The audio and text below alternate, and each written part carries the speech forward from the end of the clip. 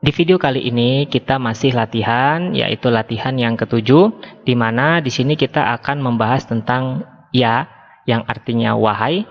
Kita perhatikan di sini ada Muhammadun, kemudian kita masukkan ya menjadi ya Muhammadu. Akan ada perubahan di belakangnya, yang semula bertanwin Muhammadun menjadi Muhammadun, tidak bertanwin karena kita berikan ya.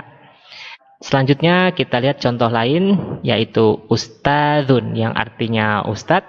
Kita masukkan ya menjadi ya ustadzu yang artinya wahai ustadz. Kemudian Khalidun, kita masukkan ya menjadi ya Khalidu, wahai Khalid. Kemudian waladun, kita masukkan ya menjadi ya waladu, wahai anak kecil. Apa itu ya yang artinya wahai ini? Yaitu adalah huruf an-nida atau panggilan. An-nida atau panggilan itu terdiri dari dua hal. Yang pertama, hurufun nida itu sendiri, yaitu huruf-huruf yang kita gunakan untuk memanggil. Ya, ini salah satunya ya, yaitu wahai. Kalau bahasa Indonesia biasanya hai. Nah, kemudian yang kedua ada al-munada, yaitu isim yang didahului dengan salah satu huruf-huruf nida. Contohnya di sini sebagai al-munada adalah Muhammadun. Kita masukkan huruf nida di depannya ya, yang awalnya bertanwin menjadi tidak bertanwin, sehingga menjadi ya Muhammadu. Baik, kita lanjut. Di sini ada ikro waktub ma'adopti awakhiril kalimat. Seperti biasa, kita diminta untuk menentukan akhir katanya apa. Kita mulai saja. Yang pertama, ya Aliyu, tidak bertanwin karena ada ya. Ya Abbasu, tidak bertanwin karena ada ya. Kemudian syaikhun, ya ini artinya orang tua atau orang yang dituakan, tetap menggunakan syaikhun ya, karena tidak ada ya. Kemudian kita masukkan ya menjadi ya syaikhu. Kemudian ya rojulu. Kemudian ya sirun. Nah, di sini perhatikan, di sini adalah namanya memang Yasir ya. Jadi ya di sini bukan huruf nida, tetapi memang namanya Yasirun. Selanjutnya ya Ammaru, tidak ada tanwin. Kemudian Dukturun, ini adalah doktor ya, gelar S3. Kemudian kita masukkan ya menjadi ya Dukturu.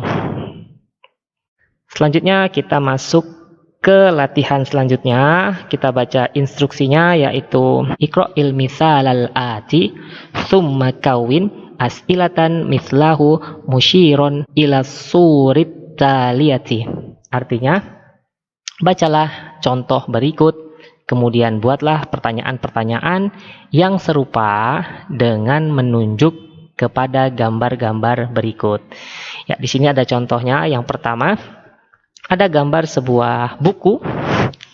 Kemudian di sini ada pertanyaan, kitabu man hadza, yang artinya buku siapa ini? Ya, di sini buku tidak menggunakan tanwin karena dia merupakan mudhof ya.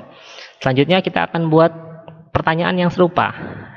Di sini adalah gambar pena, berarti kita buat qalamu man hadza, yang artinya pena siapa ini? Kita lanjutkan lagi, qamisu man hadza, yang artinya kemeja siapa ini? Baitu man hadza, rumah siapa ini? Kemudian yang terakhir, sariru man hadza, ranjang siapa ini? Kita lanjutkan ke latihan yang ke-9. Di sini sedikit pembahasan mengenai hamzah wasol. Apa itu hamzah wasol? Yaitu jika hamzah tersebut berada di depan, maka hamzahnya dibaca. Dan jika hamzah tersebut berada di tengah kalimat dan dibaca secara menyambung, maka hamzahnya tidak dibaca. Ya, kita langsung saja lihat ke contohnya. Di sini penggunaan ismun dan penggunaan ibnun, yaitu ismun artinya nama dan ibnun artinya anak.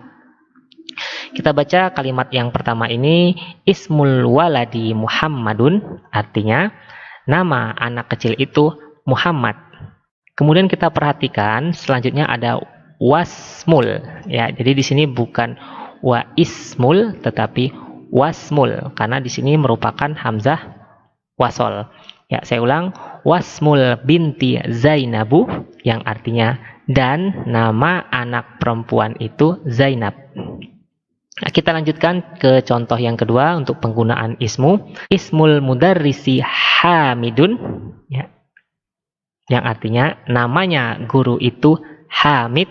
Kemudian di sini perhatikan ada masmul, jadi bukan ma ismu tetapi masmul mudiri, yang artinya apa namanya kepala sekolah, atau bisa diartikan siapa namanya kepala sekolah itu, ya. Kita lanjutkan ke contoh yang kedua yaitu Ibnun, ya, kita baca Ibnul Khalidi fil madrasati, yang artinya anaknya Khalid di sekolah. Wabnu, ya, perhatikan di sini bukan wa ibnu tetapi wabnu Hamidin fil jami'ati, ya, dan anaknya Hamid di universitas. Ya. Selanjutnya Ibnul Mudarrisi fil fasli, anaknya guru itu di dalam kelas. Kemudian ainabnu, di sini penggunaan ainabnu, perhatikan bukan aina ibnu tetapi ainabnul mudiri, ya, di mana anaknya kepala sekolah. Ya, semoga bisa dipahami penggunaan hamzah wasol. Ya, kita lanjutkan ke latihannya. Sebelumnya kita baca instruksinya terlebih dahulu, yaitu Iqra ma yali mura'iyan qawaida nutqi hamzatil wasli, yaitu bacalah apa-apa yang berikut ini dengan memperhatikan kaidah-kaidah pengucapan hamzah wasol. Jadi yang kita perhatikan di sini adalah hamzah wasol. Kita baca kalimat yang pertama. Ya, di sini akan ada kosakata baru yaitu al-Iraq, yang artinya Irak. Ya, kita baca baris yang pertama, Ibnu Muhammadin fil Iraqi wabnu Hamidin fil Hindi. Kemudian yang baris kedua kita baca kharajabnut tabibi minal baiti. Selanjutnya yang ketiga, di sini akan ada kosakata baru yaitu sukun, yang artinya pasar. Ya, nanti akan menjadi suki karena ada huruf jar di sini, ya. Kita baca saja. Dhahababnut tajiri ila suqi. Selanjutnya yang keempat kita baca ismul muhandisi Faisalun. Ya, Faisal di sini nama orang, ya, Faisal maksudnya. Kemudian wasmut tabibi Mas'udun. Ya, di sini Mas'udun yaitu nama orang juga, ya. Selanjutnya yang kelima, masmul rojuli. Kemudian yang keenam, di sini ada kosakata baru yaitu wazirun, yang artinya menteri. Kita baca dari awal, Ibnu man anta anabnul waziri. Ya, selanjutnya silakan diartikan dan kemudian dicek apakah yang kalian artikan sudah benar. Yang terakhir di video ini adalah al-kalimatul jadidah, yaitu kosakata yang baru, yaitu ada ar-rasulu, yang artinya rasul, kemudian ada al-ka'batu, yang artinya Ka'bah, kemudian ada alismu, yang artinya nama, kemudian alibnu, yang artinya anak laki-laki, kemudian al-ammu, yang artinya paman dari ayah, kemudian al-kholu, yang artinya paman dari ibu, al-hakibatu, yang artinya tas, kemudian as-sayyaratu, yang artinya mobil, kemudian asyari'u, yang artinya jalan, kemudian mukhlaqun, yang artinya tertutup, kemudian tahta, yang artinya di bawah, kemudian hunaka, yang artinya di sana, dan yang terakhir adalah al-muhandisu, yang artinya insinyur. Sebelum kita tutup, mari kita sedikit mengulang bahwa materi di pelajaran ini adalah tentang mudhof dan mudhofun ilaih, di mana jika mudhof maka kata tersebut tidak beralif lam dan juga tidak bertanwin. Sedangkan untuk mudhofun ilaihi belakangnya harus majrur atau kasroh. Baik, demikian video kita kali ini. Kita akan lanjut ke video selanjutnya dan masuk ke materi yang baru.